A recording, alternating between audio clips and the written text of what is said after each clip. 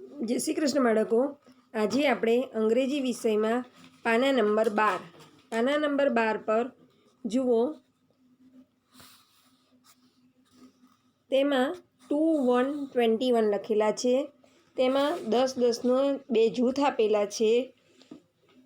તો જો 10, 10ના બે જૂથ આપેલા છે એટલે 20 થયા, અને એક છૂટું છે, બરાબર ને?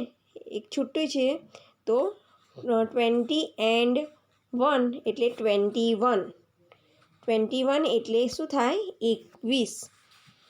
તે જ રીતે મણકા ઘોડીમાં પણ જો પહેલી લાઈનમાં મણકા ઘોડીમાં 10 છે, બીજી લાઈનમાં 10 છે, અને પછી એક છૂટો છે એટલે 2, 1, 21।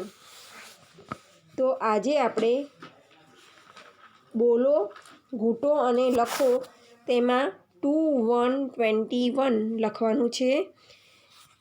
એક લખેલો છે, પછી ટપકા આપેલા છે, ટપકાને બરાબર જોડી અને તમારે 2, 1, 21 બોલીને લખવાનું છે।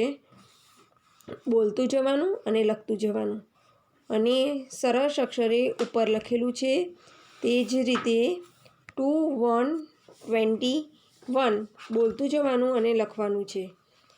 આખા પેજમાં જેટલા ખાના છે તેમાં બોલીને લખવાનું 2, 1, 21, 2, 1, 21, 21 એટલે શું કહેવાય? 21। તે જ રીતે જુઓ,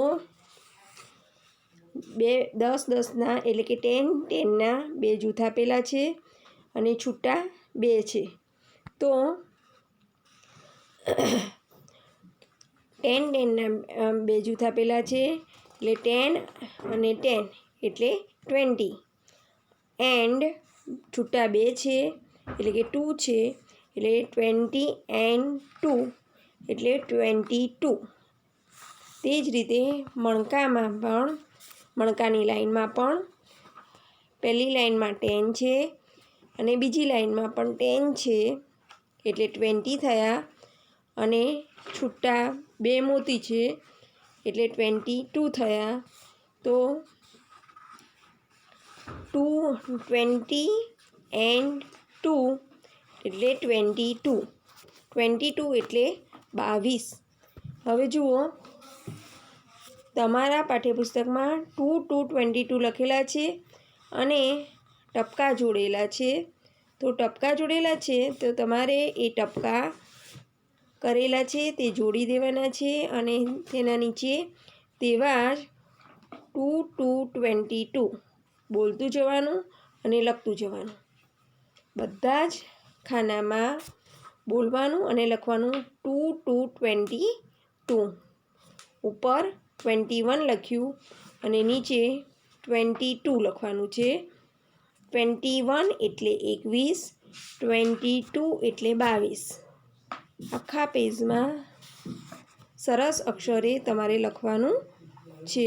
તો આજે આપણે પાઠ્યપુસ્તકમાં પાના નંબર 12 શીખ્યા, તે તમારે સરસ અક્ષરે ગૃહ કાર્યમાં લખવાનું છે। બીજું આપણે આવતા પીડીએફમાં શીખીશું। જય શ્રી કૃષ્ણ બાળકો।